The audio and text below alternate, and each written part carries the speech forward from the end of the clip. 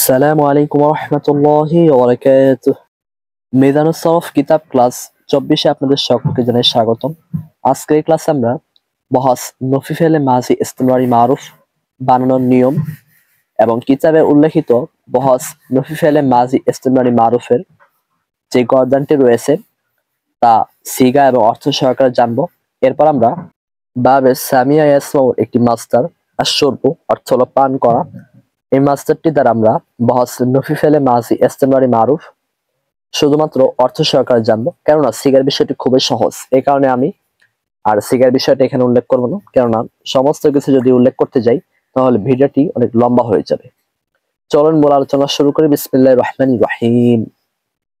সর্বপ্রথম আমরা জানবো বহস নফি ফেলে মাজি ইস্তেমরারি মারুফ বানানোর নিয়মটা কি। বহস নফি ফেলে মাজি ইস্তেমরারি মারুফ বানানোর নিয়ম হলো, বহস এজবত ফেলে মাজি ইস্তেমরারি মারুফের পূর্বে যদি আমরা একটা মা শব্দ যুক্ত করে দিই তাহলেই বহস নফি ফেলে মাজি ইস্তেমরারি মারুফ গঠিত হয়ে যাবে।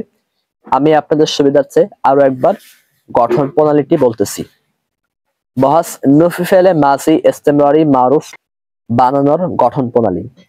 বহস এজবত ফেলে মাজি ইস্তেমরারি মারুফের পূর্বে যদি আমরা মা শব্দ যুক্ত করে দিই তাহলেই বহস নফি ফেলে মাজি ইস্তেমরারি মারুফের সিগা গঠিত হয়ে যাবে।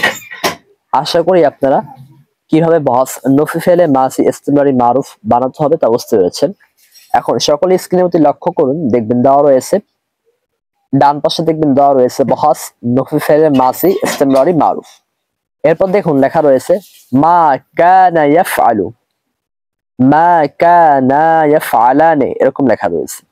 মা কানা ইয়াফআলু এটি হলো ওয়াহিদ মুজাক্কার গায়েবের সিগা, অর্থ হলো সে একজন পুরুষ করতেছিল না। মা কানা ইয়াফআলানে এটি তাসনিয়া মুজাক্কার গায়েবের সিগা, অর্থ হলো তারা দুইজন পুরুষ করতেছিল না। মা কানু ইয়াফআলুনা এটি জুমা মুজাক্কার গায়েবের সিগা, অর্থ হলো তারা সকল পুরুষ করতেছিল না। মা কানাত তাফআলু এটি ওয়াহিদ মুয়ান্নাস গায়েবের সিগা, অর্থ হলো সে একজন মহিলা করতেছিল না। মা কানাতা তাফআলানে এটি তাসনিয়া মুয়ান্নাস গায়েবের সিগা, অর্থ হলো তারা দুইজন মহিলা করতেছিল না। মা কুননা ইয়াফআলনা এটি জমা মুয়ান্নাস গায়েবের সিগা, অর্থ হলো তারা সকল মহিলা করতেছিল না। মা কুনতা তাফআলু এটি ওয়াহিদ মুজাক্কার হাজিরের সিগা, অর্থ হলো তুমি একজন পুরুষ করতেছিলে না। মা কুনতুমা তাফআলানে এটি তাসনিয়া মুজাক্কার হাজিরের সিগা, অর্থ হলো তোমরা দুইজন পুরুষ করতেছিলে না। মা কুনতুম তাফআলুনা এটি জুমা মুজাক্কার হাজিরের সিগা, অর্থ হলো তোমরা সকল পুরুষ করতেছিলে না। মা কুনতি তাফআলিনা এটি হলো ওয়াহিদ মুয়ান্নাস হাজিরের সিগা, অর্থ হলো তুমি একজন মহিলা করতেছিলে না। মা কুনতুমা তাফআলানে এটি তাসনিয়া মুয়ান্নাস হাজিরের সিগা, অর্থ হলো তোমরা দুজন মহিলা করতেছিলে না। মা কুনতুন্না তাফআলনা এটি জুমা মুয়ান্নাস হাজিরের সিগা, অর্থ হলো তোমরা সকল মহিলা করতেছিলে না। মা কুনতু আফআলু এটি ওয়াহিদ মুতাকাল্লিমের সিগা, অর্থ হলো আমি একজন পুরুষ অথবা মহিলা করতেছিলাম না। মা কুননা নাফআলু এটি জুমা মুতাকাল্লিমের সিগা, অর্থ হলো আমরা দুইজন অথবা সকল পুরুষ অথবা মহিলা করতেছিলাম না। আশা করি এতক্ষণ যাবত আমরা বহস নফি ফেলে মাজি ইস্তেমরারি মারুফের কিতাবে উল্লেখিত যে গর্দানটি দেওয়া ছিল তা অর্থ এবং সিগা সহকারে বুঝতে পেরেছেন। এখন আমরা বাবে সামিয়া ইয়াসমাউর একটি মাস্টার আশরবু অর্থ হলো পান করা, এটি দ্বারা বহস নফি ফেলে মাজি ইস্তেমরারি মারুফের গর্দান দিবে ইনশাআল্লাহ। সকলেই মনোযোগ সহকারে গর্দানটি শুনুন। মা কানা ইয়াশরাবু এটি ওয়াহিদ মুজাক্কার গায়েবের সিগা, অর্থ হলো সে একজন পুরুষ পান করতেছিল না। মা কানা ইয়াশরাবানে এটি তাসনিয়া মুজাক্কার গায়েবের সিগা, অর্থ হলো তারা দুইজন পুরুষ পান করতেছিল না। মা কানু ইয়াশরাবুনা এটি জুমা মুজাক্কার গায়েবের সিগা, অর্থ হলো তারা সকল পুরুষ পান করতেছিল না। মা কানাত তাশরাবু এটি ওয়াহিদ মুয়ান্নাস গায়েবের সিগা, অর্থ হলো সে একজন মহিলা পান করতেছিল না। মা কানাতা তাশরাবানে এটি তাসনিয়া মুয়ান্নাস গায়েবের সিগা, অর্থ হলো তারা দুইজন মহিলা পান করতেছিল না। মা কুননা ইয়াশরাবনা এটি জুমা মুয়ান্নাস গায়েবের সিগা, অর্থ হলো তারা সকল মহিলা পান করতেছিল না। মা কুনতা তাশরাবু এটি ওয়াহিদ মুযাক্কার হাজিরের সিগা, অর্থ হলো তুমি একজন পুরুষ পান করতেছিলে না।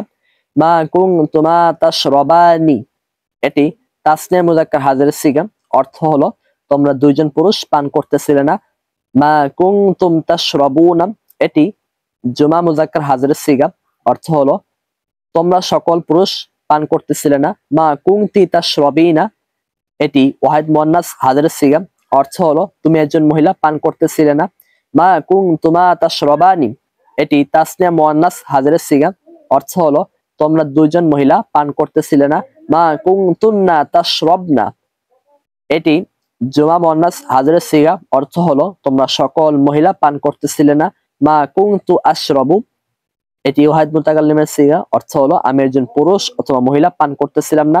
মা কুননা নাশরাবু এটি জুমা মুতাকাল্লিমের সিগা, অর্থ হলো আমরা দুইজন অথবা সকল পুরুষ অথবা মহিলা পান করতেছিলাম না। আপনি ইচ্ছা করলে এই অনুবাদগুলো চলিত ভাষায় করতে পারেন। তখন অনুবাদগুলো হবে এরকম: মা কানা ইয়াফালু সে একজন পুরুষ করছিল না। আবার যদি আমরা ইয়াশরাবু দিয়ে চলিত অনুবাদ করি তাহলে হবে এরকম: মা কানা ইয়াশরাবু সে একজন পুরুষ পান করছিল না। অর্থাৎ আপনি অনুবাদগুলো চলিত ভাষায় করতে পারেন, আবার সাধু ভাষায় করতে পারেন, যেটা আপনার সুবিধা হয়। আমার কাছে সুবিধাজনক মনে হয়েছে সাধু ভাষাটা, এই কারণে আমি সাধু ভাষায় অনুবাদ করেছি। আর এখন আমরা একটা সূক্ষ্ম বিষয় জানবো।